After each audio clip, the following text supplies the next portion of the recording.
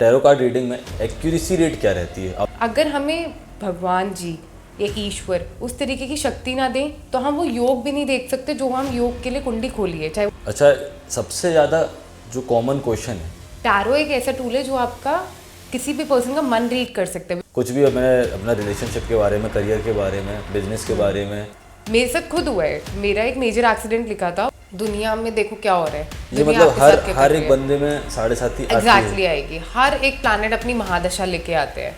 Tarot के बारे में सबसे बड़ी गलतफहमी क्या है? आप उस क्रिस्टल को यूज करके अपनी पावर बढ़ा सकते हैं। डेजा वू। तो डेजा वू का जो आपने कॉन्सेप्ट बोला, तो सबकॉन्शियसली हम लोगों को एक्चुअल में फ्यूचर दिखता है। तनिष्क आज का दिन कुछ तो गड़बड़ है, कुछ गड़बड़ है, आप रुक जाइए।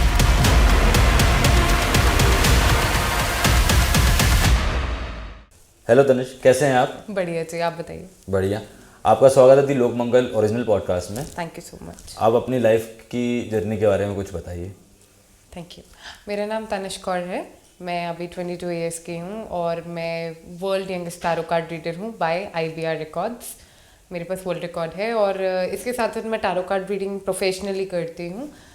टैरो के साथ साथ न्यूमरोलॉजी और एस्ट्रोलॉजी भी करती हूँ। मेरी फाइनेस्ट जो रीडिंग है वो टैरो है, वही मेरा प्रिसाइजनेस है और वही सबसे आगे एडवांस लेवल पे रहता है। ये मेरे बारे में थोड़ी सी नॉलेज, और मैं बेस्ड हूँ दिल्ली से। अच्छा, इतनी कम उम्र में आपको टैरो कार्ड रीडिंग की प्रेरणा कैसे मिली? प्रेरणा कुछ तरीके से ऐसे बोल सकते हैं कि मेरा इंट्यूशन बाय गॉड ग्रेस है। आप चाहे मेरा कुंडली रीड करें, कोई फाइनेस्ट एस्ट्रोलॉजर, तो इंट्यूशन मेरा बाय बर्थ गिफ्ट था। और जब मैं 11 या 12 ईयर्स की थी तो मेरे पास कुंडली पड़ी हुई थी नॉर्मली, और उस टाइम पे यूट्यूब वगैरह का एक्सेस था। तो सबसे पहले अगर मेरे को याद है जो मैंने अपने बारे में पढ़ा था, वो सबसे पहले मैंने खुद का एस्ट्रोलॉजी चार्ट पढ़ा था। टैरो मेरे को एक ना कीननेस थी इनसाइड्स, जैसे हम लोग बोलते हैं ना कि अंदर से ऐसा फील होता था कि मैं कुछ ना टैरो कार्ड या कुछ प्रेडिक्शंस की तरफ से जाऊंगी, मैं लोगों को हेल्प करना चाहती हूँ। क्यों? क्योंकि मैंने उस टाइम पे भी देखा था जब मैं बहुत छोटी थी। तो जब हम पंडित जी वगैरह पे कभी कंसल्ट वगैरह करते थे, उसके बाद ना बहुत भय का माहौल बनता है कि ऐसा होने वाला है, वैसा होने वाला है, फैमिली में कलेश वगैरह जो हो रहा है उसका कारक ये है। rather than finding out a resolution personally, लोग और फैमिलीज रेमेडीज और उपाय पे बहुत जल्दी चले जाते हैं। तो वो चीज़ से मेरे को एक इंसाइट था कि ये करना है। देन आई टर्न 13 एंड 14, तो मेरा मेडिटेशन की तरफ बहुत ध्यान था। चाहे वो चैंटिंग ऑफ नाम सिमरन हमारे में बोलते, तो मैं चैंटिंग की तरफ थी। तो उसके बाद हम लोगों ने उसको 7 चक्रा, जो हीलिंग आप बोलते हैं, 7 चक्रा मेडिटेशन की तरफ मैं गई, तो वहाँ से आया। 16 और 17 ईयर्स के एज में मेरा सबसे पहला टैरो कार्ड का प्रोफेशनल कोर्स कंप्लीट हुआ था, फर्स्ट। इस तरीके से मैंने बहुत सारे टैरो रीडिंग के डेक्स जो हैं वो कंप्लीट किए, जिनमें आप ओशो ज़ेन भी बोल सकते हो, जो ओशो जी ने क्रिएट किया है, नॉर्मल राइडर वेट बोल सकते हो, और एकल रीडिंग बोल सकते हो, और नॉर्मली और भी डेक्स अवेलेबल हैं जिनको हम रीड कर सकते हो। तो मैं I was very keen to write the psychology books and to know कि हमारे खुद के वेदिक्स, चाहे वो न्यूमरोलॉजी है, चाहे वो टैरो है, चाहे वो ग्राफोलॉजी है, टू सिग्नेचर एनालिसिस या कुंडली है, हम उसके बारे में पढ़े। तो tarot was a gift, intuition was a gift. Tarot add करना इस तरीके से था कि वो इंट्यूशन और टैरो दोनों मेल खाते हैं, इसलिए वो मेरी जर्नी आगे बनी उस तरीके से। तो आपका सबसे पहला जो टैरो कार्ड रीडिंग था उसका एक्सपीरियंस के बारे में बताइए। आपने कौन सी एज में सबसे पहली टैरो कार्ड रीडिंग की थी? सबसे पहले प्रोफेशनल अलग था, और जो पर्सनल फ्रेंड्स के साथ शुरू करना था वो सबसे पहले मैंने अपनी फैमिली के साथ ही शुरू किया था, with my brother and mother. जब उनको मेरी इस जर्नी के बारे में पता चला तो उन्होंने मुझे सपोर्ट किया। प्रोफेशनली अगर मैं बात करें तो उन क्लाइंट का मुझे नाम याद है, निधि नाम है उनका, उनके साथ मैंने शुरू किया था। And touchwood by God grace आज उनकी पूरी फैमिली मेरी क्लाइंट है, क्योंकि बहुत प्रिसाइजली टैरो रीडिंग उनके साथ। आप बता सकते हैं कैसा एक्सपीरियंस था, क्या वो पूछा गया था? उस तरीके से ना, पहले मैं भी सोच रही थी कि मैं अपनी रीडिंग दूँ या नहीं दूँ, क्योंकि उन्हीं की साइड से आया था कि तनिष्क आप प्लीज़ मेरे लिए करिए। It was her career decision and वो बहुत एक्यूरेट रहा, and by the God grace वो आज तक उनका बहुत फाइनेस्ट रहा है। उनका जो करियर चेंज हुआ टैरो से, वो आज तक बहुत अच्छा रहा है।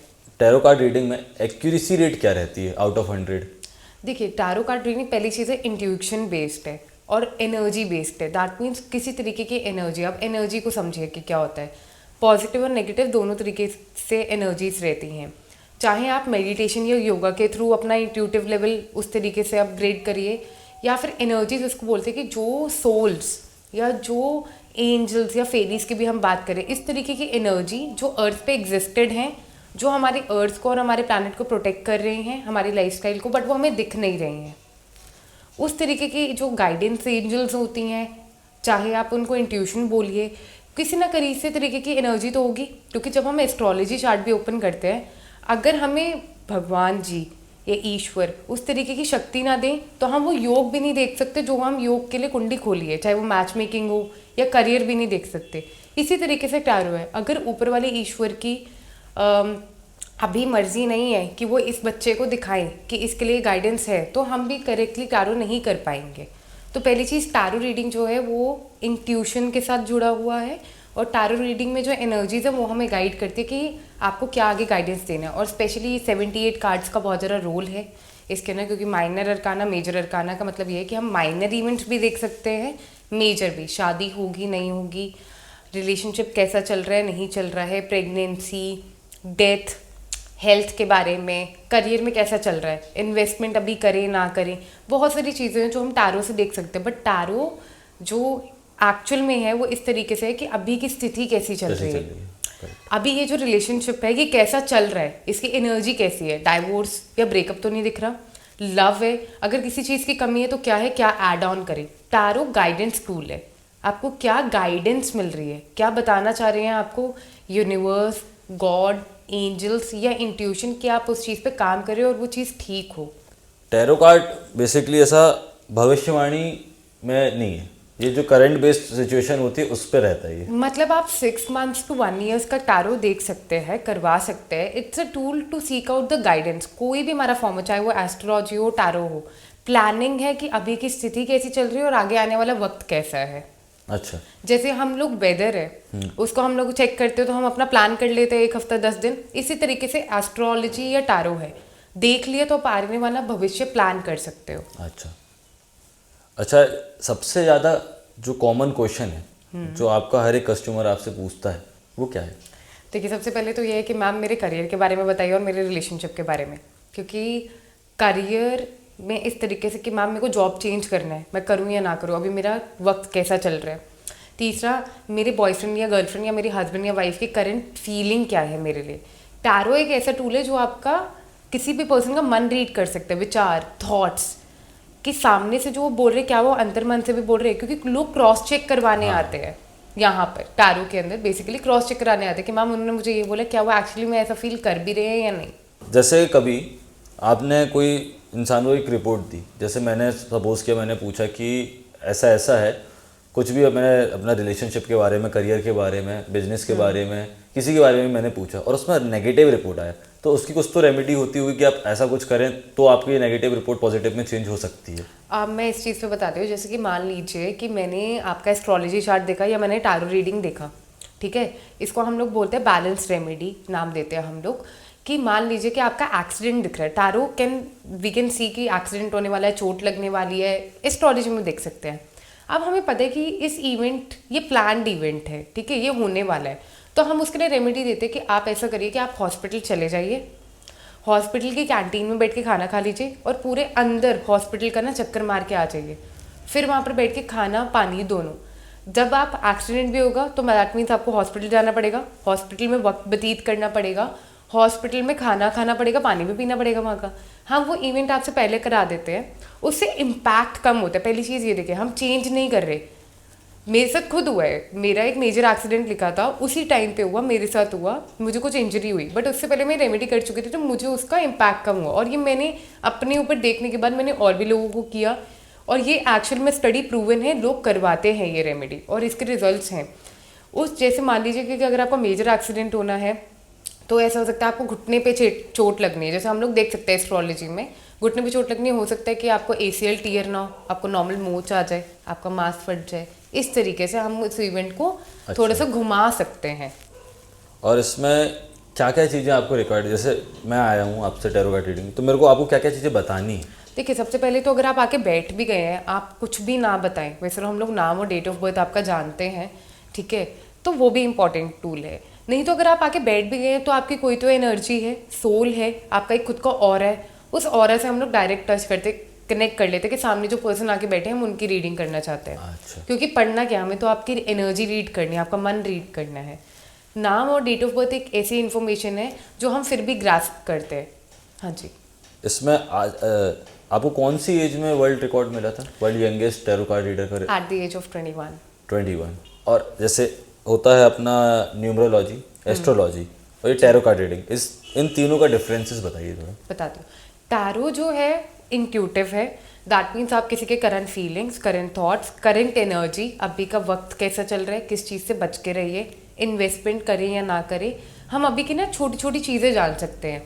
मेरे बॉस की फीलिंग क्या है, मेरे को ये बात करनी है, मैं प्रमोशन के लिए बात करूँ या ऑलरेडी मेरा प्रमोशन होने वाले के चांसेस हैं, मैं किसी को पैसे दूं या ना दूं, इमोशनली मैं कैसा चल रहा हूँ।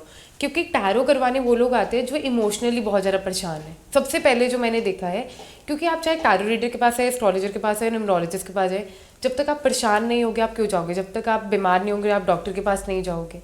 तो ये चीज़ होती है। एस्ट्रोलॉजी थोड़ा वास्ट फॉर्म में, आपका date of birth, time of birth, place of birth, ये 3 चीज़ें इंपॉर्टेंट है। हम उन तीनों को ऐड करके कुंडली बनाते हैं। आपने देखा होगा कुछ ट्रायंगल एंड स्क्वायर कुंडली। उसमें क्या है कि हम लोग, वो कैलकुलेटिव है, that's a subject, that's a maths. अगर हम उस चीज़ को अगर धर्म के साथ ना जोड़ें और उस चीज़ को अंधविश्वास के साथ ना जोड़ें तो एस्ट्रोलॉजी इज़ वेरी फाइन। पहले के टाइम पे बहुत एलाइट लोगों के बीच में एस्ट्रोलॉजी था। महाराजा, राजा, पॉलिटिशियंस, बड़े बड़े व्यापारी, वो लोग अपना एस्ट्रोलॉजी प्लान करते थे। इट्स लाइक जस्ट हम लोग अपना आने वाला वक्त प्लान कर रहे हैं। तो तीनों में डिफरेंस ये है कि हम एस्ट्रोलॉजी से ये देख सकते हैं कि इनके धन स्थान पे कौन से प्लैनेट बैठे हैं, ताकि हम उनको वो एडवाइस करें कि आप ये काम कर लीजिए। फॉर एग्जाम्पल, आप इंजीनियरिंग कर रहे हैं, एग्जाम्पल लेते हैं, आप इंजीनियरिंग का मन है और आपका हो सकता है कोई और आपका अच्छा योग बनता हो, मान लीजिए आप साइकोलॉजिस्ट बहुत अच्छे बन सकते हैं, तो हम सिर्फ आपको एक एडवाइस दे सकते हैं कि as per your chart study आपका ये चीज़ निकल के आता है। एस्ट्रोलॉजी में क्या देख सकते हैं, कंपैटिबिलिटी बड़ी इंपॉर्टेंट है। जैसे आप बिना तस्वीर देखे किसी लड़के या लड़के को हाँ नहीं करते, उस तरीके से बिना कुंडली मिलाए शादी नहीं कर सकते। क्योंकि रिलेशनशिप में इश्यूज नहीं आते, शादी के बाद इश्यूज आना शुरू होते हैं। वो भी 3 से 4 साल के बाद, हो सकता है कुछ लोगों को एक साल में भी महसूस होते हैं। ये क्या मैंडेटरी रहता है कि ऐसे शादी करना है तो कुंडली मिलाना ही जरूरी है? जैसे आप नहीं मिलाए तो? अगर आप नहीं भी मिला रहे तो देखिए, एक चीज़ मैं और बोलती हूँ, जिनकी शादी का सुख लिखा है उनको शादी का सुख ऐसे भी बहुत अच्छा मिल जाएगा, बहुत प्यारा। जिनकी शादी का सुख नहीं लिखा, क्योंकि कार्मिक है ना, हम लोग एक कार्मिक बंडल ही तो लेके आ रहे हैं, शादी का सुख नहीं मिलेगा। अच्छा, इस तरीके से होता है। तो मान लीजिए कि आपको एक हेल्थ इशू होना है, वो होगा। विदेश जाने के योग है, अगर आपकी कुंडली हमने देखी, दशा प्रॉमिस कर रही है, गोचर प्रॉमिस कर रहा है, ट्रांजिट प्रॉमिस कर रहा है, आप कोई बिना रेमेडी किए भी बाहर चले जाएंगे। कुछ एस्ट्रोलॉजिस्ट रेमेडी कराते हैं ना कि आप ये वाले राहु की रेमेडी कर ले, या जुपिटर की रेमेडी कर लीजिए, या वीनस की कर लीजिए, आप बाहर चले जाएंगे। मैं कह रही हूँ जब आपका टाइम वक्त आएगा, आपकी कुंडली से हम आपका वक्त रीड कर सकते हैं, आप वैसे भी फॉरेन चले जाएंगे। शादी होनी है तो वैसे भी होगी। कुछ लोग बोलते हैं कि हमारे पास 2 ऑप्शन थे शादी करने के लिए, मैं इससे कर लेता तो आज मेरी ज़िंदगी ऐसी नहीं होती। बट सॉरी टू से 60% इज रिटन। अच्छा, मतलब जो शादी का भाग है वो कुंडली में पहले से है। एग्जैक्टली, आप अपने पर्सन का कैरेक्टर, किस लगन के होंगे, किस तरीके के प्लैनेट्स वहाँ पर है, किस तरीके की पर्सनालिटी है, बिजनेस फैमिली से होंगे, जॉब करने वाले होंगे, सास ससुर के साथ बनेगी, ननंद भाभी, लोगों के नॉर्मल रिश्ते होते हैं, अलग रहेंगे साथ रहेंगे, हस्बैंड का किस तरीके का नेचर होगा, क्या ध्यान रखने की चीज़ें, सेक्सुअली कोई प्रॉब्लम तो नहीं होगी, इमोशनल डाइवोर्स तो नहीं दिख रहा। हम इतनी सारी चीज़ें एस्ट्रोलॉजी चार्ट से देख सकते हैं। करियर में लक कहाँ बैठा है, बाहर जाएगा ये बच्चा नहीं जाएगा, इंडिया में रहेगा, अगर इंडिया में रहेगा तो क्यों प्रॉब्लम आएगी बाहर ना जाने के लिए। हो सकता है जुपिटर की प्लेसमेंट 10th हाउस में हो, ऐसी जगह प्लेसमेंट हो जहाँ वो बाहर ना जाने दे रहे हो, कोई सर्कमस्टांसेस बनते रहें। तो ऐसी बहुत सारी चीज़ें जो हम एस्ट्रोलॉजी से बड़े फॉरकास्ट भी देख सकते हैं, बड़ी चीज़ें। टैरो हम लोगों को इंट्यूशन, छोटी छोटी गाइडेंस देता है, बड़ी गाइडेंस भी देता है, करंट गाइडेंस पे बात करता है। न्यूमरोलॉजी है एस्ट्रोलॉजी का बहुत बेसिक। नंबर्स की एक अपनी एनर्जी है। 1 नंबर के लोग, 2 number people, 3 number people, 4 number people, इस तरीके से। तो ये कैसे डिसाइड होता है 1 नंबर पीपल, 2 नंबर पीपल? ये मूलांक को कैलकुलेट करके। फॉर एग्जाम्पल, आप 1, 19 और लास्ट नंबर 1 का मतलब फॉर एग्जांपल आपका जो भी बर्थ है 19 है, 9 जैसे + 1 सपोज करते मेरा है 10th अगस्त 2000, तो आपका मूलांक हो गया, दैट मीन्स जो फर्स्ट डेट है ना, दैट इज योर मूलांक एंड दैट इज 1, वो पर्सनालिटी नंबर है।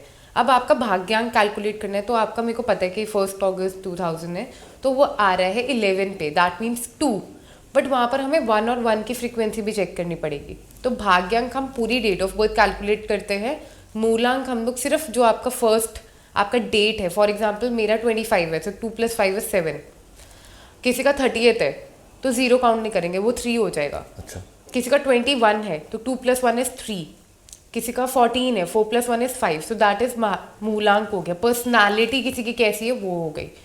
अगर हम लोगों को किसी को भाग्यांक देखना है कि लाइफ कैसे चलने वाली है, लाइफ पाथ नंबर, भाग्यांक, destiny number, that is calculation of your whole date of birth, और उसको सिंगल डिजिट पे ले आए कि लाइफ कैसी रहने वाली है।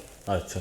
और जैसे मैंने अभी देखा है सोशल मीडिया वगैरह में, जो अभी के जेनजी किड्स हैं, हाँ जी, उन लोग, कुछ लोग अपने हाथ में नंबर लिखते हैं, कुछ लोग अपनी बायो में नंबर लिखते हैं कि 3333444 ऐसा, और जैसे वो विश मांगते हैं, जैसे 1111 टाइम होता है तो उसमें विश मांगते हैं, वो एंजल नंबर कुछ कहते हैं, तो उसके बारे में कुछ बताइए। देखिए, जो नंबर्स हैं उनमें अपनी नंबर्स में शक्ति है, फ्रीक्वेंसी है, वाइब्रेशन है, ठीक है। कोई भी एक वक्त हो रहा है, डेली हो रहा है। अब कुछ ऐसे अलाइनमेंट ऑफ नंबर्स है जिनको हम पावरफुल नंबर्स पे काउंट करते हैं, 1111 अलाइनमेंट नंबर है, 222, 333।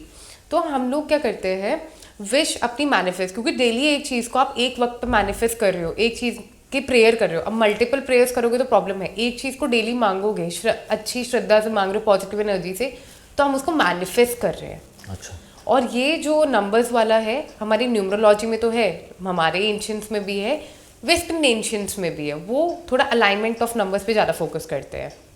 अच्छा। लेकिन कुछ लिख लो, इस पेन से ये लिख लो, रिस्क पे लिख लो, उसके लिए मैं हमेशा एडवाइस करती हूँ, चाहे वो टैटूज है, चाहे वो इंक है, चाहे वो थ्रेड है, चाहे वो कलर है, आपको बहुत इफेक्ट करेगा आपकी बॉडी पे, ठीक है। मान लीजिए आपकी शनि की 7.5 चल रही है। 7.5 का कॉन्सेप्ट ये है कि 7.5 ईयर्स का एक टाइम पीरियड आएगा, शनि जी आपकी मून से पहले वाले हाउस, मून हाउस और मून के हाउस के बाद प्लेसमेंट करेंगे। 7.5 ईयर्स जो रहते हैं वो, उसमें क्या होता है, सैटर्न जब आते हैं वो आपको सिखाते हैं कि अपने ऊपर काम करो। अच्छा। दुनिया में देखो क्या हो रहा है, ये दुनिया मतलब आपके साथ क्या हर कर एक रही है। बंदे में 7.5 एग्जैक्टली आएगी। हर एक प्लैनेट अपनी महादशा लेके आते हैं। सूर्य लेके आएंगे, मंगल लेके आएंगे, जुपिटर लेके आएंगे, बुध लेके आएंगे, सबसे गुरु लेके पावरफुल आएंगे। प्लेनेट सूर्य। सारे प्लैनेट्स पावरफुल अच्छा, हैं। अपनी अपनी जगह सब सारे प्लैनेट्स powerful हैं। पावरफुल है। अब जब 7.5 बहुत लोग डर जाते हैं कि राहु की महादशा चल रही है, शनि की 7.5 चल रही है।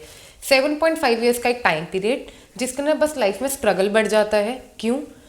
Saturn is a slow moving planet, but वो कर्मफल दाता भी है। वो आपके लाइफ में ऑब्स्टिकल्स लेके आते हैं, आपको बचाते भी हैं। आपको लगता है कि बहुत सारी चीज़ें बढ़ गई, बट वो टाइम चल ही रहा होता है। हमारा ऑब्स्टिकल्स बढ़ जाते हैं, हेल्थ इश्यूज बढ़ते हैं, लोगों को ठंड लगती है बहुत ज़्यादा, ठीक है, लोअर बॉडी में इश्यूज आते हैं। जब मेरी 7.5 चल रही थी तब मेरे बेसिकली इनग्रोन नेल्स का ऑपरेशन मल्टीपल टाइम्स हुआ है, फीट का। 7.5 एक ऐसा टाइम पीरियड जब करियर में थोड़े लाइफ चेंजेस बढ़ेंगे, प्रोफेशन में आप चेंज करोगे तो आपको अनसेटिस्फाइड फील होगा, रिलेशनशिप में इशू, थोड़ा डिप्रेसिव, थोड़ा टाइम वक्त हार्ड हो जाता है। और ये कैसे पता कि 7.5, कैसे पता चलता है कि 7.5? हम जब एस्ट्रोलॉजिकल फोरकास्ट बनाते हैं, अब आपका एस्ट्रोलॉजिकल रिपोर्ट बनाते हैं, तब हम देखते हैं कि अच्छा इनकी 7.5 शुरू होने वाली है। अच्छा। It's a time period. जैसे हमने 2025 है, हमने एक डेट रख दी कि 1 जनवरी को नया साल शुरू कर रहे हैं। बहुत साल से वक्त कभी नहीं रुक रहा, वक्त हमेशा चल रहा है।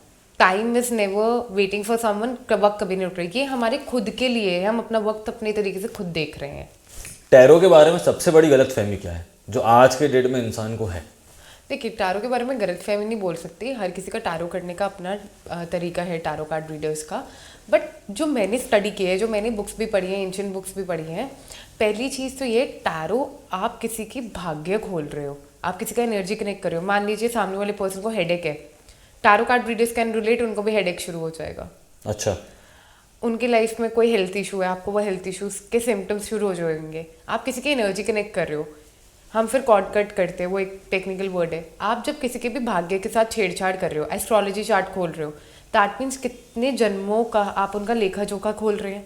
टैरो आप किसी की एनर्जी कनेक्ट कर रहे हो, कितनी सारी चीज़ें आप कर रहे हैं। पहली चीज़, लोग नेगोशिएशंस भी करवाते हैं कि मैम आप फीस में ऊपर नीचे करिए। दूसरी चीज़, अगर हम उसको हटाएं तो लोगों का मिसकॉन्सेप्ट है कि टैरो बड़ी प्लानिंग्स करके दे सकता है कि मैम मैं अपना जॉब छोड़ के बिजनेस कर लूँ, उसके लिए मैं हमेशा बोलती हूँ आप एस्ट्रोलॉजी पे जाइए। हम लोग टैरो से ज़रूर चेक करते हैं कि इनका वक्त कैसा चल रहा है, एनर्जी कैसी है, करे ना करे, फलेगा नहीं फलेगा। अगर मुझे लगता है बहुत अच्छा है तो हम सीधा बोल देते कि हाँ जी जाइए। उसके बाद लोग बोलते हैं कि मैम हमारी शादी नहीं चल रही है, क्यों नहीं चल रही है?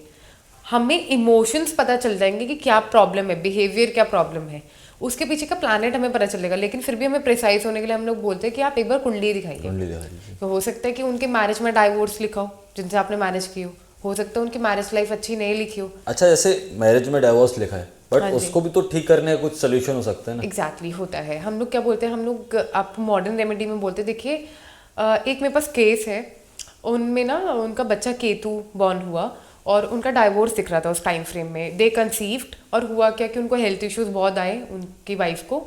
Just after the delivery 1.5 years के लिए जो वाइफ थी हेल्थ इश्यूज की वजह से अपने मायके चले गई और हस्बैंड जो थे वो अपने घर पे रहे।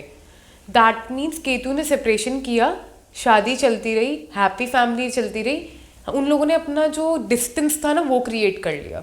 अच्छा। और एक डाइवोर्स में भी क्या होता है, एक डिस्टेंस क्रिएट हो जाता है। जब भी किसी का डाइवोर्स दिख रहा होता है और लोग बोलते हैं कि नहीं मैम हमें ये रिश्ता बचाना है, क्योंकि दो लोग हमेशा आते हैं कंसल्टेशन लेने, जो समझदार लोग होते हैं वो अपनी कंसल्टेशन लेने आते हैं कि मैम रिश्ता कैसे बचाया जाए। हम उनको बोलते हैं कि एक पर्सन अगर फॉरेन जा सकते फॉरेन चले जाए, कोई काम काज के लिए आप दूर जा सकते हैं, मान लीजिए आप दिल्ली रहते हो आप मुंबई जॉब ले लीजिए, थोड़ा टाइम निकाल लीजिए, उसके बाद ये टाइम निकल गया उसके बाद चीज़ें सॉर्ट आउट हो जाएंगी। इसको भी हम लोग प्लान्ड रेमेडी बोलते हैं। अच्छा। और कुछ लोग होते हैं कि नहीं मैम रहना ही नहीं है, हम तब भी काउंसलिंग करते हैं। क्यों? क्योंकि किसी का रिश्ता तोड़ना is not a good thing, क्योंकि कर्म लिखे हुए हैं, कार्मिक तब तक है। लोग बोलते हैं ना, छोटे बच्चे आके पूछते हैं टीनेजर्स कि मैम हमारा इसके साथ रिलेशनशिप लिखा हुआ था, हमारी क्यों नहीं हुई शादी? हम लोग बार बार मल्टीपल रिलेशनशिप में क्यों आते हैं? दैट मीन्स आपको कुछ सिखाने की कोशिश की जा रही है, आपके कुछ कर्म में कार्मिक कैसे है कुछ समझाने की कोशिश हो। जब तक वो कंप्लीट नहीं होंगे तब तक वो साइकिल चलती रहेगी। एक के बाद दूसरा रिलेशनशिप, तीसरा। अब कुछ बच्चे आपने ऐसे भी देखे होंगे कुछ मल्टीपल रिलेशनशिप्स में आते हैं। हाँ। कुछ बच्चे आपने देखे होंगे उन लोगों को रिलेशनशिप में आने की कुछ वो ही नहीं होती है, जिद या फिर समझ ही नहीं होती। वो कहते हैं कि यार जब हम बड़े होंगे थोड़े ग्रोन होंगे तब देखेंगे। और तब भी आपने देखा होगा उन लोगों को इतनी ना जल्दबाजी नहीं होती रिलेशनशिप में, सहज होता है उनमें। तो ये हमारे प्लैनेट्स दिखाते हैं कि किस तरीके के बच्चे का किस तरीके का नेचर होगा, टैरो बता देता है। तो ये सब चीज़ें देख सकते हैं हम लोग, क्योंकि देखिए हम प्रेडिक्ट कैसे कर रहे हैं। सिंपल चीज़ कोई लिखी हुई है, हम उसको पढ़ रहे हैं, बस हम आपको बता रहे हैं, कुछ चमत्कार नहीं है। अच्छा, मैंने देखा है कि अभी आजकल ना इंस्टाग्राम सोशल मीडिया में कोई भी प्लेटफॉर्म में हो उसमें देखते कि ये जो एक क्रिस्टल बैंड होते हैं कि ये मनी को अट्रैक्ट करता है, ये रिलेशनशिप को अट्रैक्ट करता है, ये कुछ चीज़ों को करता है। अब जैसे मैंने काला धागा बांधा है जी, ठीक है, तो इन सब चीज़ों से क्या इफेक्ट पड़ता है लाइफ में, उसके बारे में बताइए। ये रियल है कि क्या है? देखिए कलर थेरेपी भी बोलते हैं हम इसको। और एक आपने बोला काला धागा, तो आपने पहना हुआ कवच, ठीक है। कवच क्या होता है कि हम थ्रेड लेते हैं, मूली लेते हैं, उनको हम देवी देवता और डेटीज के चरण लगवाते हैं और हम कोई भी मंत्र उच्चारण करके उसको शुद्ध करके उसको पावरफुल करके पहनते हैं ताकि वो हमारे ऑरा की रक्षा करे, ठीक है। चाहे वो बुरी नज़र हो, चाहे वो टोना टोटका हो, चाहे वो किसी भी तरीके की ऐसी एक्टिविटीज़ हो जो नेगेटिव फॉर्म पे हो रही है, ठीक है। अब जैसे कि जब मैं आपके स्टूडियो में एंटर कर रही थी, फर्स्ट फ्लोर पे एक कोकोनट को लाल कलर के कपड़े में बांध के घर के बिल्कुल बाहर रखा हुआ था। वो इसलिए रखा हुआ है कि कोई भी बुरी नेगेटिव एनर्जी उनके घर पे एंटर ना हो, ठीक है। शायद आपने नोटिस किया हो या नहीं किया हो कभी। वो इसलिए रखा हुआ है कि कोई भी बुरी जितनी भी नकारात्मक ऊर्जा है वो कोकोनट के अंदर, इस फॉर्म के अंदर यहीं पर एब्जॉर्ब हो जाए, वो अंदर ना आ पाए, ठीक है। अब आई क्रिस्टल की बात। क्रिस्टल एक्चुअल में वर्क करते हैं। अब जैसे कि मेरे पास पायराइट पड़ा हुआ है यहाँ पर, ठीक है। पायराइट बहुत अच्छा स्टोन है, मनी अट्रैक्शन का स्टोन है, बट ये हर किसी को सूट नहीं करता। अच्छा। अगर हम लोगों ने, जो मैंने अपनी स्टडी में देखा है, यहाँ पर रोज क्वार्ट्ज है। रोज क्वार्ट्ज लव के लिए माना जाता है, ठीक है। जब आप क्रिस्टल्स को फॉर्मली पढ़ते हैं, हर एक क्रिस्टल की अपनी पावर है, आप उस क्रिस्टल को यूज़ करके अपनी पावर बढ़ा सकते हैं। कुछ भी चमत्कार नहीं होता, ना ही वो जेमस्टोन चमत्कार करता है, ना ही क्रिस्टल कभी चमत्कार करता है। वो आपको एक पावर फील कराता है कि you can achieve your aim. अच्छा। आपको लव में प्रॉब्लम है, आप रोज क्वार्ट्ज पहनेंगे, आपको लव फीलिंग तो आएगी, आप सेल्फ लव भी फील करोगे, आप काम्ड भी फील करोगे, क्योंकि उस स्टोन की प्रॉपर्टी है। बट वो आपको आपके रिलेशनशिप को अच्छा करने के लिए हेल्प भी करेगा। स्टोन या क्रिस्टल जो है, मेरा बिलीव क्रिस्टल्स में बहुत ज़्यादा है, क्योंकि क्रिस्टल्स फ्रेंडली हैं इन नेचर है और दूसरी चीज़, क्रिस्टल आपको अट्रैक्ट करते हैं। आप जब भी किसी क्रिस्टल शोरूम में जाओगे, आप खुद से ऑटोमेटिकली किसी ना किसी क्रिस्टल की तरफ अट्रैक्ट होते होगे और वो क्रिस्टल आपके इन नीड में होगा। एमेथिस्ट है, मैं हमेशा बोलती हूँ मुझे नेम फेम जो है एमेथिस्ट नहीं चाहिए जब तक मैं पढ़ाई में नहीं थी। तो मैं बहुत छोटी थी जब मेरे पास एमेथिस्ट का क्लस्टर था। I was not in a study at that time. Amethyst को जब मैंने एस्ट्रोलॉजिकली जोड़ा तो वो ऑटोमेटिकली मेरी नीड में आया। बहुत ही प्यारा क्रिस्टल है, कामनेस के लिए, स्लीप इम्प्रूवमेंट के लिए, नेम फेम के लिए। जब आप बहुत शांत होते हो तब आप बहुत अच्छे डिसीजंस लेते हो।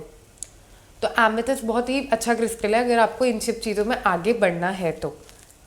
अच्छा, ये मैंने देखा है कि लड़के भी लड़कियां भी अपने राइट या लेफ्ट लेग में ना ऐसा काला धागा बांधते हैं कि एक अच्छा पार्टनर मिलेगा उनको।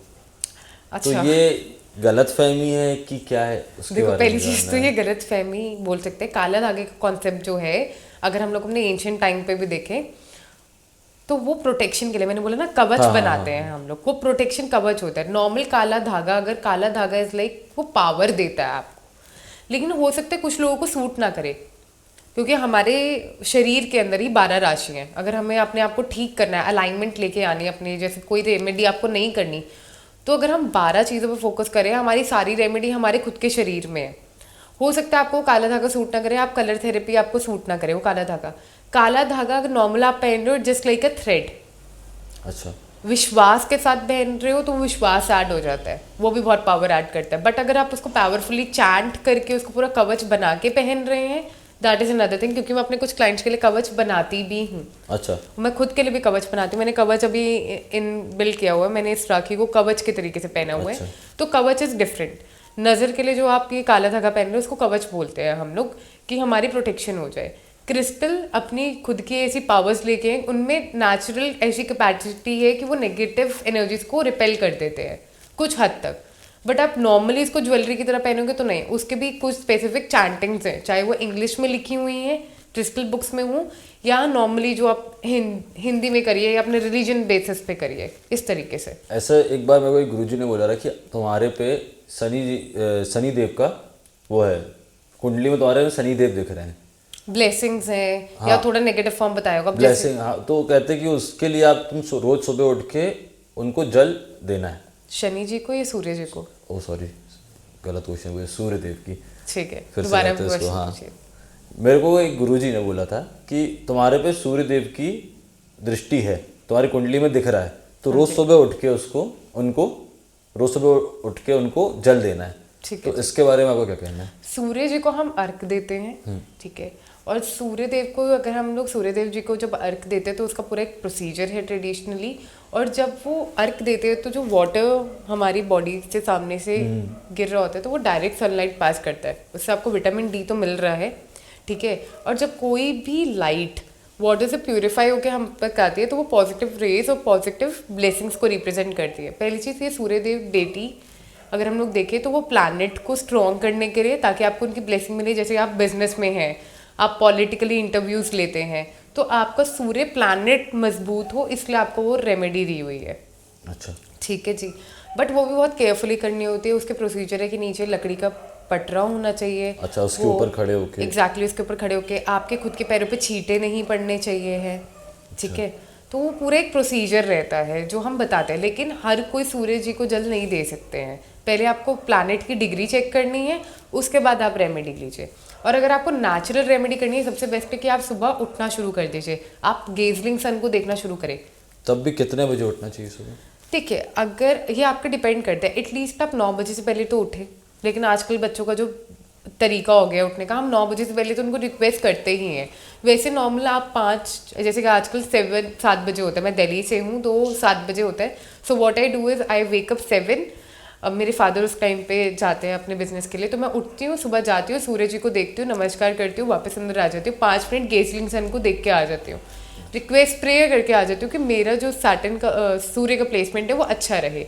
ये नॉर्मल डिसिप्लिन रेमेडी है। उठ के फिर मैं दोबारा सो जाती हूँ 1-2 घंटे के लिए, क्योंकि मुझे पता है कि मुझे 9 साढ़े 9 बजे तक उठना है। नॉर्मल रेमेडीज, अगर आपको लगता है आप डिप्रेशन में हो, आपको एग्जाइटी है बहुत ज़्यादा, आप बहुत ज़्यादा इमोशनली टूट गए हो, work on your breathing exercise. क्यों? जो हमारी नाड़ी है, हम जो ब्रीदिंग एक्सरसाइज है that is connected to moon, चंद्रमा। इमोशंस चंद्रमा है। कभी आपने चांद को देखा है कि वो सेम रहते हो?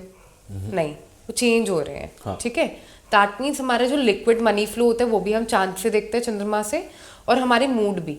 वो जब इनडिसाइसिव होते हैं ना, तो हम उनको बोलते हैं कि आप अपने श्वासों पे काम करें, श्वास क्रिया पे। तो this is second remedy. Third is गुरु। लोग बोलते हैं कि मैम हमें सही लोग नहीं मिलते हैं।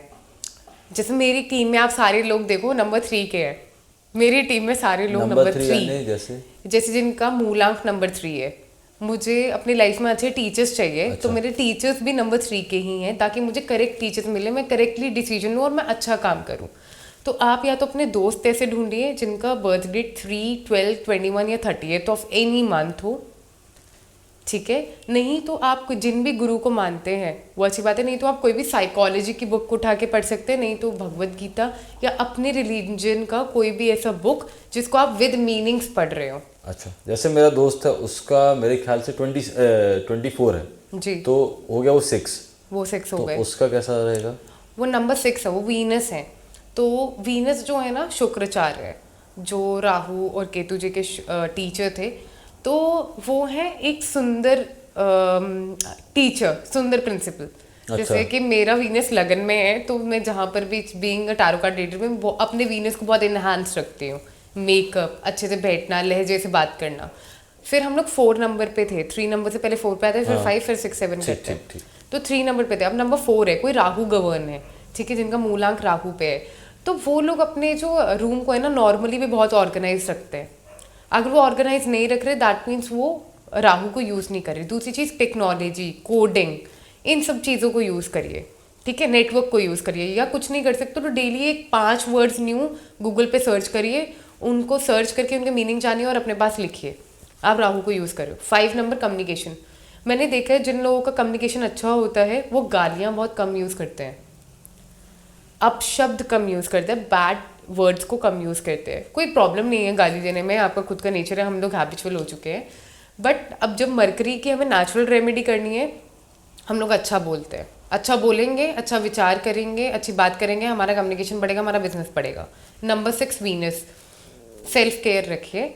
दूसरी चीज़, कुछ लोगों को हैबिट होती है, उनको आप कितना भी अच्छा दे दे, उनको अच्छे से अच्छा ब्रांड दिला दीजिए, उसके बाद भी वो आपको पजामा टी शर्ट में मिलेंगे। तो ये सबसे पहली चीज़ है वीनस को इन्हांस करने के लिए। पहली चीज़, आप खुद से डेली अच्छा बन के अच्छा डेली रहिए, जो नॉर्मल आपके हाइजीन है वो तो आप करिए। दूसरा, हर चीज़ में आप जब सुंदरता होगी ना, ऑर्गेनाइज्ड जब होगा आपका खुद का रूम, राहु भी आपको ब्लेस करेगा। वीनस हमेशा लग्जरी देता है, मल्टीप्लाई करके चीज़ें देता है। नंबर 7 केतु, मैं बिलोंग करती हूँ केतु से। अच्छा, मेरे को ऐसा ना बहुत इंटरेस्ट है कि मैंने आज तक अपनी लाइफ में कभी टैरो कार्ड रीडिंग करवाई नहीं है। ठीक है जी। और मैं घर में आज बोल के आया था मम्मी से कि मैं आज जिस गेस्ट के साथ वो कर रहा हूँ तो वर्ल्ड रिकॉर्ड होल्डर है, तो आज मेरे को ऐसा रिकॉर्ड करवाना है, मतलब टैरो कार्ड रीडिंग करवाना है। ठीक है जी। तो can we start? Yes, we can. ऐसा लाइव कर सकते सबके हाँ, सामने? कर सकते हैं। तो कैसी क्या प्रोसेस होती है वो भी थोड़ा सा? हाँ, सबसे पहले आपका नाम मुझे पता है, यश राय, और हाँ। आपका डेट ऑफ बर्थ भी मुझे पता है। So it's 1 August 2000, 10th August 10th अगस्त 2000। तो जैसे हमने बोला कि हम एनर्जी कनेक्ट करेंगे, तो सबसे पहले हम लोग ईश्वर का नाम लेंगे कि जिनसे भी हम वो करते हैं।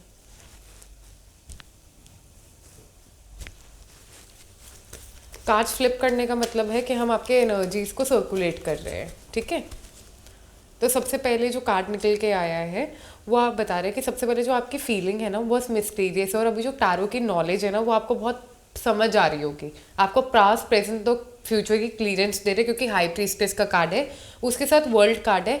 आप एक बाउंड्री से बाहर निकलने की कोशिश कर रहे हैं, क्योंकि आप बहुत सारी चीज़ें करते होंगे, मल्टीपल बिजनेसेस दिख रहे हैं, मल्टीपल चीज़ें दिख रही हैं आपके लाइफ के अंदर, और आपको मुझसे भी बात करके इसलिए समझदारी आ रही होगी क्योंकि आपको 2 वे कम्युनिकेशन समझ आ रहा होगा। तो आपको ऐसा लग रहा होगा कि एक फ्रेंडली बिहेवियर है, प्रोफेशनल भी है, फ्रेंडली भी है, चीज़ें समझ आ रही हैं। दूसरी चीज़, सब चीज़ें होने के बाद भी ना फिर भी एक फीलिंग आ रही होगी कि कुछ आपको जानना है, कहीं ना कहीं खुश नहीं दिख रहे। इनसाइट अगर हम लोग मन देखें, इमोशनल अगर थोड़ा खोलना चाहें, तो ऐसा कुछ है कि आपके मन में कुछ पूछने की इच्छा, पर्सनल उत्सुकता पैदा हो रही है कि अब मेरा क्वेश्चन जाना जाए, इस तरीके की फीलिंग है। एक्चुअली ये आपका बिल्कुल मन रीड हो रहा है, तो मैंने इसलिए बोला है, तो आपके मन में ये सब चीज़ें चल रही है, इसलिए मैंने बोला। लगने लगा भाई। ठीक है। दूसरी चीज़ अगर हम लोग देखें तो पर्सनालिटी कार्ड्स मैंने निकाले हैं। पर्सनालिटी कार्ड्स के अंदर जो निकल के आ रहे हैं, एक ऐसा पर्सन जो अपनी कुर्सी पे बैठा है, he is very authoritative, he is very practical. वो पहले अपना दिमाग लगाते हैं, पहले प्लानिंग करते हैं, उसके बाद एग्जीक्यूशन करते हैं, तो इनको खतरा नहीं होता।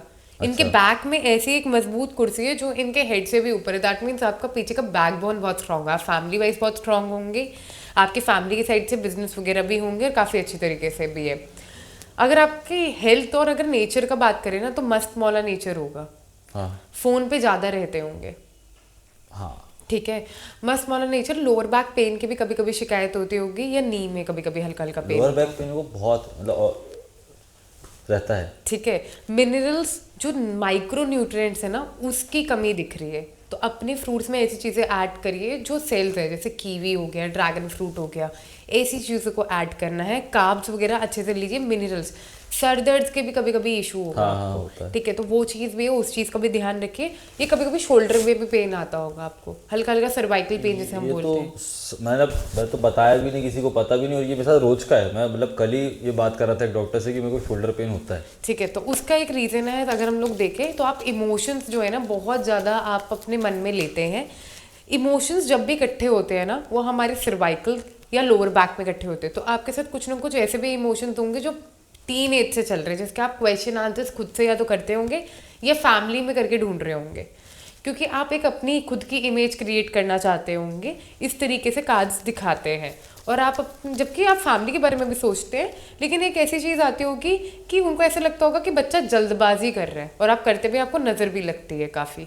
नज़र इज़ समथिंग कि हमने किसी को किसी रूप में देखा, हमें पर्सन अच्छा लगा, बुरा लगा, बुरी नज़र, अच्छी नज़र, आप किसी की नज़र डिफाइन नहीं कर सकते। इसलिए हम लोग हमेशा बोलते हैं कि नज़र ऑरा क्लीन करके रखिए अपना, ठीक है बेटा। सॉरी बेटा बोलने की मुझे आदत है। दूसरी चीज़, फैमिली के अंदर भी कोई ऐसी बात हो रही है कि न्यू बिजनेस डालने की या कोई न्यू इन्वेस्टमेंट करने की, क्योंकि ये दोनों कार्ड आ रहे हैं, आपके फादर मदर और आपका डिसीजन या आपके घर के बड़ों का डिसीजन दिख रहा है, स्पेशली कोई लैंड या प्रॉपर्टी के इन्वेस्टमेंट में, इस तरीके से है, तो ये भी दिख रहा है। लेकिन अगर हम आपका मन देखें ना, आप उसमें भी थोड़े से कंफ्यूज दिख रहे हैं कि वो करें या ना करें, बैक सपोर्ट उतना अच्छा होगा नहीं होगा, तो आप थोड़े इमोशनल भी हो रहे हैं, इनडिसाइसिव भी हो रहे हैं। तो लैंड लेते हुए आप दिख रहे हैं, बट अभी उसमें 2 महीने का वक्त है। अच्छा, एक छोटा सा और एक बहुत सीरियस सा क्वेश्चन था, शादी का कब का दिखा रहा है उसमें? लॉन्ग टर्म प्रिडिक्शन है, कम से कम 10 महीने बाद आप किसी ऐसे पर्सन से मिलेंगे जो आपको पसंद आएंगी, उनके साथ आप पहले अपनी दोस्ती का रिश्ता रखेंगे, फिर आगे बढ़ेंगे।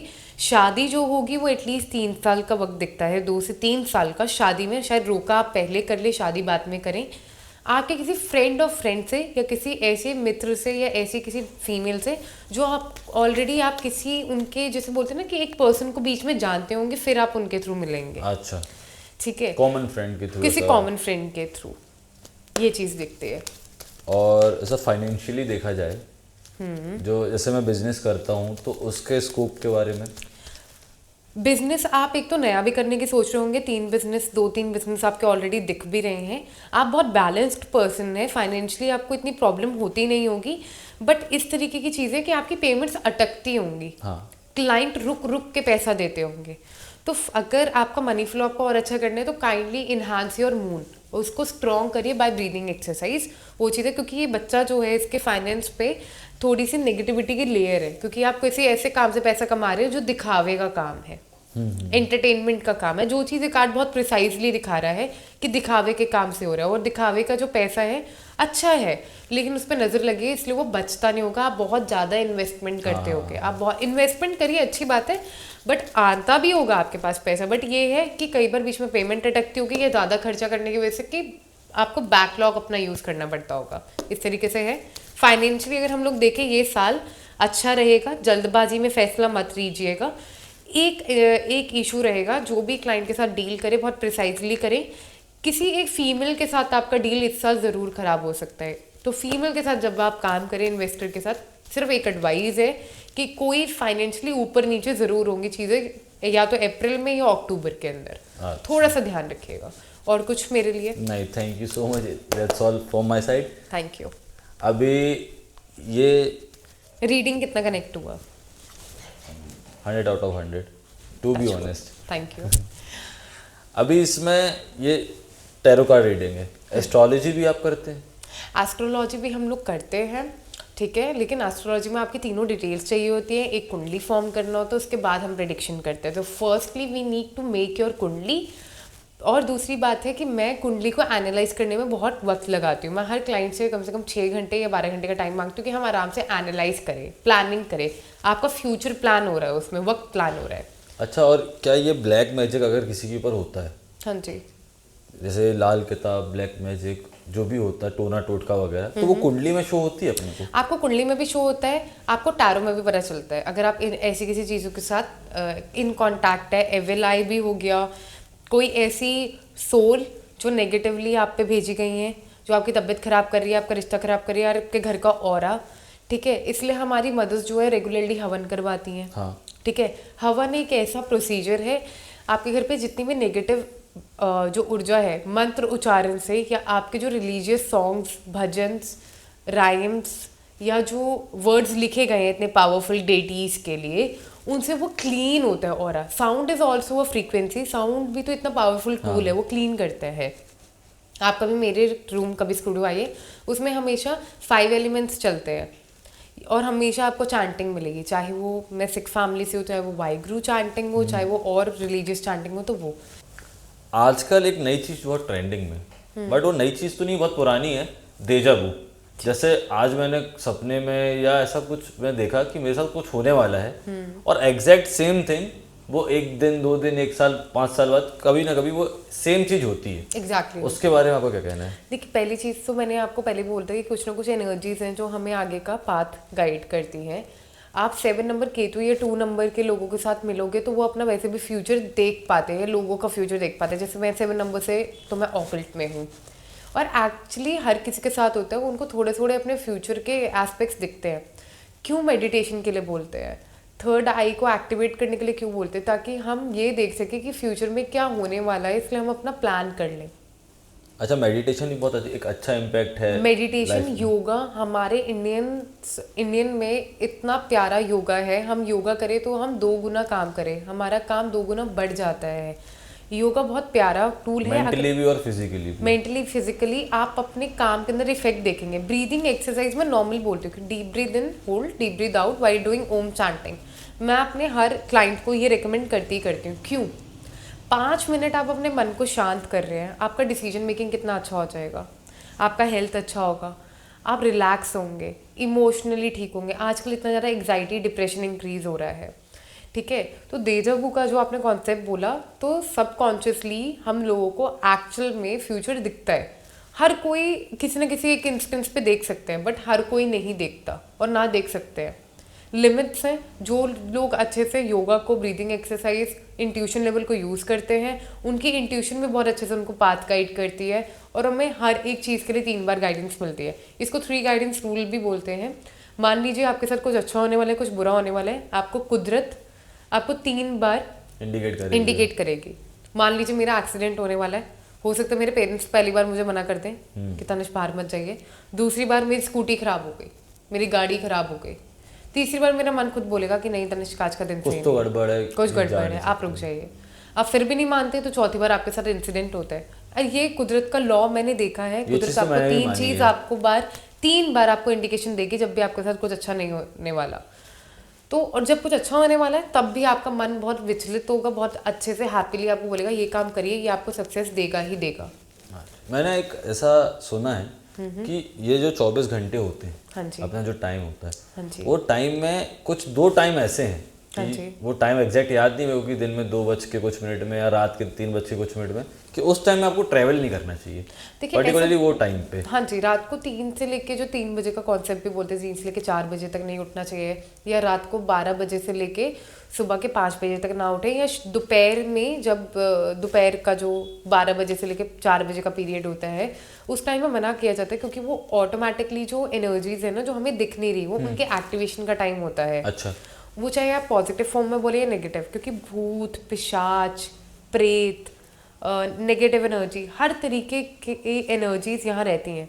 शिव जी के साथ तो ट्रैवल भी करते थे हम, देवी देवताओं के साथ, आइडल्स के साथ, हर एनर्जी एग्जिस्ट करती है। हम किसी के रास्ते में अगर आ जाए, या तो वो हमें सेव करेंगे या वो हमें थोड़ी सी उनकी वजह से प्रॉब्लम हो सकती है, क्योंकि कुछ लोग बोलते हैं ऐसे चौराहे हैं जहाँ पर कुछ एनर्जीज हैं वहाँ मत जाइए। आप जानबूझ के जाएंगे तो आपको पे बैक करना पड़ेगा। अच्छा। जहाँ एनर्जीज हैं उस तरीके की, नहीं तो हमें प्रोटेक्ट भी करते हैं कुछ एनर्जीज, हमारी एनर्जीज हमें प्रोटेक्ट भी करती है। आप जानबूझ के इस तरीके की एक्टिविटीज़ में इन्वॉल्व होंगे तो प्रॉब्लम होगी, नहीं तो एवरीथिंग इज रिटन। आपका इन एनर्जीज से मिलना जुलना ये भी लिखा हुआ है, तय है। अच्छा। लेकिन हम बचे तो सही, हम क्यों जाके अपने पैर पे खुद कुल्हाड़ी मारें। अच्छा, ये भी होता इसलिए है मना ना? किया जाता है कि आप वो टाइम्स अवॉइड करिए। अच्छा, ये भी बोला जाता है कि घर में एक पेट को तो पालना चाहिए, जैसे डॉग है, जो भी कुछ नेगेटिव एनर्जी, आपके नेगेटिव इफेक्ट कुछ भी होने वाला है तो सबसे पहले वो डॉग अपने आप में ले लेता है, आपके ओनर के ऊपर नहीं आने देता है। देखिए, पहली चीज़, आप कोई भी एनिमल पाले, चाहे वो फिश हो, चाहे वो डॉग हो, कैट हो, बाय गॉड ग्रेस बहुत अच्छी बात है। पहले के राजे महाराजे शेर तक भी पालते थे। ऐसे कोई कॉन्सेप्ट में नहीं बोलती हूँ कि आप ना पालें या ना करें, but for little bit instance कुछ जगह पे जैसे हम बोलते हैं ना कि जहाँ केतु है, वो भी मैरिज लाइफ में, तो हम मना करते हैं या लोग एडवाइस देते हैं कि आप डॉग नहीं रखिए। तो हम वो एनर्जी बैलेंस के लिए ज़रूर एडवाइस कर देते हैं अगर कोई बोलते हैं तो। नहीं तो आप प्लीज़ कोई भी डॉग को प्यार से रखिए, कैट हो प्यार से रखिए, स्क्विरल्स लोग पालते हैं, रैबिट्स, आप कोई भी पेट को पालिए, अच्छी बात है, लेकिन उसका पूरा खास ख्याल रखिए। क्योंकि मेरे साथ एक इंस्टेंस हुआ था, एक मेरे क्लाइंट, उन्होंने डॉग पाला हुआ था लेकिन वो उसको मारते भी थे। अच्छा। This is not good, you are not allowed to harm any creature. हम भी किसी के बच्चे हैं और वो एनिमल भी किसी के बच्चे हैं, हमारे तो ऊपर वो शक्ति है जो हमें देख रहे हैं। और ये जो टैटू वगैरह होते हैं उससे भी इफेक्ट पड़ता है? एग्जैक्टली पड़ता कि है। नाम का टैटू, भगवान का टैटू, इंक क्या का कुछ भी टैटू, थॉट लिखवाना या कोई भी एनिमल बनवाना, इन सब से भी इफेक्ट पड़ता है क्या? हाँ जी, देखिए हमारी शरीर पे 12 राशियाँ मौजूद हैं। आप किसी भी राशि के साथ छेड़छाड़ करेंगे आपको इम्पैक्ट दिखेगा। आप गले में गोल्ड का चेन पहनेंगे, आपका गुरु स्ट्रांग होगा। लेफ्ट ईयर में गोल्ड का स्टड पहनेंगे, आपके लिए अच्छा होता है। मैंने गोल्ड स्टड्स उतारे हुए हैं और गोल्ड का चेन भी अभी उतारा हुआ है। मान लीजिए मैंने शिव जी का ऐसे रौद्र रूप का कोई टैटू बनवाया है और मैं अपनी मैरिजल लाइफ में हूँ, अभी मैं नहीं हूँ जो, तो क्या होगा, मेरी मैरिड लाइफ में उथल पुथल आएगी। अच्छा। हर एक इंक का महत्व है। कुछ लोग वाइट इंक से टैटू बनवाते हैं, कुछ रेड इंक से, कुछ गोल्डन इंक से, कुछ ग्रीन इंक से, ब्लू इंक से, ब्लैक इंक से। हर एक टैटू का अपना महत्व है। टैटू कंसल्टेशन भी होता है, इसलिए टैटू भी आप एक बार कंसल्ट करके बनवाइए, वो ज़्यादा अच्छा होता है। कुछ लोगों को अपने बनवाए हुए शरीर के भाग पे टैटू सूट ही नहीं कर रहा होता है, कोलैप्स कर रही होती है एनर्जीज, राशि कोलैप्स कर रही होती है। हो सकता है वो जो टैटू आपने बनवाया वही आपको सूट नहीं कर रहा है। पर सूट नहीं कर रहा है, पर कभी कभी सूट भी तो हो सकता है। कभी कभी वाला जो पॉजिटिव है वो आपको डेफिनेटली सूट होंगे। कई बार लोग बोलते हैं मैम हमने ये टैटू बनवाया, मेरी ज़िंदगी ही संवर गई, वो चीज़ एक डिफरेंट है। बट अगर आपको लगता है कि मेरे को टैटू बहुत टाइम से सूट नहीं कर रहा, आप प्लीज़ उसके लिए कंसल्ट करें एक बार, क्योंकि tattoo consultation is also a subject. अच्छा, और आप अपने आप को आने वाले 5 सालों में कहाँ देखना चाहते हैं और किस मुकाम पे देखना चाहते हैं? Thank you so much for asking this question. Past 2 सालों ने मुझे बहुत कुछ दिया है। एक नॉर्मल आईटी जॉब से छोड़ के मैंने अपना खुद का एंटरप्रेन्योर जर्नी बहुत फैंटास्टिकली यहाँ तक अचीव किया है कि I am reading for the top notch real estate companies in India, even the foreign business investors, नाम नहीं लूँगी, बहुत टॉप नॉच पॉलिटिशियंस भी हैं हमारे इंडिया के, टीचर्स, लेक्चरर्स, बाहर जाने वाले बच्चे, और स्पेशली रियल एस्टेट की बहुत बड़ी कंपनीज इंडिया की, मल्टीपल कंपनीज, सेलिब्रिटीज़, इन्फ्लुएंसर्स। तो मुझे ऐसा लगता है कि ये गॉड ग्रेस है। राइट नॉलेज डिलीवर करना मेरा पाथ है। राइट नॉलेज डिलीवर होगी, हम लोग एजुकेटेड होंगे तो हम अंधविश्वास से हटेंगे, हम राइट नॉलेज गेन करेंगे तो हम आगे बढ़ेंगे। बाबा जी की रहमत रही तो मैं 5 साल के बाद अपने आप को और भी फैंटास्टिकली और भी अच्छे जगहों पे देखना चाहूँगी अपने आप को। राइटली मैं मल्टीपल कॉलेज स्टेजेस भी शेयर करती हूँ बच्चों को अच्छे से समझाने के लिए। उसमें प्राइवेट यूनिवर्सिटीज़ भी हैं जो अब हम लोग राइट नॉलेज डिलीवर करते हैं तो बच्चे भी समझते हैं। क्योंकि मैं आपको कोई भी ऊट पटांग बात बोलूँगी तो आजकल के बच्चे बड़े स्मार्ट हैं तर्क करने में कि ये सही है ये नहीं। जब आप राइट नॉलेज डिलीवर करते हैं तो बच्चे भी आपको प्रेस करते हैं, बड़े भी आपको प्रेस करते हैं और आपको ब्लेसिंग्स भी मिलती हैं। सो मेरे को लगता है 5 साल में जो मेरा एम ऑलरेडी है मेरे विजन बोर्ड में, मैं वो एम ज़रूर अचीव करूँगी। बाकी मुझे ऑडियंस और व्यूवर्स का प्यार और आशीर्वाद तो चाहिए। ब्लेसिंग्स हमें कहाँ से कहाँ ले जाए वो हमें नहीं पता। सही बात। और मेरे ऑडियंस हमें बोलते हैं कि मैम एक राइट नॉलेज ना ज़िंदगी बदल देता है। तो कैसे? एक बार एक इंसान थे, उनको भगवान के दर्शन हो गए, तो भगवान जी ने बोला कि एक इच्छा मांगो। ठीक है, बहुत फेमस कथा है ये, मैंने सुनी भी है अपने सिख स्क्रिप्चर्स में भी, हिंदू में भी। उन्होंने बोला कि आप मुझे ऐसे करिए, 1 घंटे का वक्त दीजिए। तो भगवान जी आप यहाँ बैठिए, मैं आता हूँ। वो घर गए, उन्होंने अपनी मम्मी से पूछा, तो उनकी मम्मा नैन नहीं थे, तो उन्होंने बोला नैन मांग लो मेरे लिए, मतलब आई साइट मांग लो। बीवी थी तो उन्होंने बोला कि आप ऐसा करो कि पुत्र की दात मांग लो। उनके मन में लालच था, कहते कि थोड़ी लक्ष्मी, मतलब थोड़ा धन दौलत मिल जाए। तो ना एक गुरु जा रहे थे, तो लाइफ में गुरु की क्या इंपॉर्टेंस होता है, जो मेरी लाइफ में भी, इसलिए मैं बोलती गुरु। उन्होंने बोला बेटा क्यों परेशान हो? उन्होंने बोला कि ऐसे भगवान आए हैं, दर्शन दे दिए, अब वो 1 घंटे के लिए रुके हैं, मन में मेरे है कि धन मांग लूँ, बीवी कहती है पुत्र मांग लो, माता जी कहती है नैन मांग लो। तो उन्होंने बोला कि ऐसे मांगो कि जो मेरी माँ है सोने की पालकी में अपना पुत्र देखना चाहती हैं, मतलब पैसा भी आ गया, धन भी आ गया, पुत्र नहीं सॉरी एक्चुअली पोता देखना चाहती हैं। तो वो तीनों चीज़ें आ गई। तो this is a concept of Guru. We are just healers. We are using the knowledge. We are providing you our knowledge from the 100%. You can plan your future. हम कुछ चमत्कार नहीं कर रहे, हम आपको वही चीज़ बता रहे जो आपकी लाइफ में होने वाली है। नाउ ये सामने वाले पर्सन के हाथ में, वो उनको कैसे यूज़ करता है। तो this is a power of Guru in your life. तो मैं हमेशा सब लाइफ में बोलती हूँ कि अपना गुरु बहुत वाइसली चुनिए, अपनी किताबें बहुत वाइसली चुनिए, क्योंकि कहाँ से कहाँ आपकी संगत आपको ले जाए ये हमें भी नहीं पता। सो बाय रहमत ऑफ यूनिवर्स आई थिंक 2030 तक मैं अपने आप को वो एक टारगेटेड लाइफ पे देखना चाहूँगी जो मैंने प्लान की हुई है। Best of luck. Thank you so much sir, and best of luck to you, and thank you so much Lok Mangal news and to Yash Rai sir आपको कि आपने मुझे इतने प्यारे चैनल पर बुलाया, व्यूज शेयर करने का मौका दिया। बहुत अच्छा लगा आपके साथ बात करने को। Thank you. Thank you.